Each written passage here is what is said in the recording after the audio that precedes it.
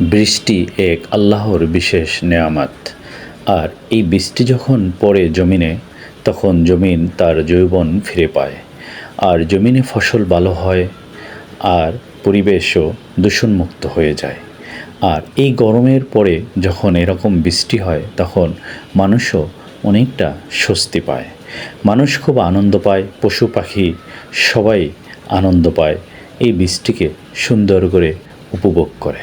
কেউ বৃষ্টিতে ভিজে, কেউ বা বৃষ্টির শব্দ শুনতে ভালোবাসে, কেউ বা আবার এরকমভাবে জানলার ফাঁক দিয়ে বৃষ্টি দেখতে খুবই পছন্দ করে।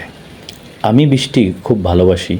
বৃষ্টির শব্দ, বৃষ্টিতে ভেজা অথবা বৃষ্টি দেখা খুবই ভালো লাগে, খুবই উপভোগ করি বৃষ্টির সময়টা।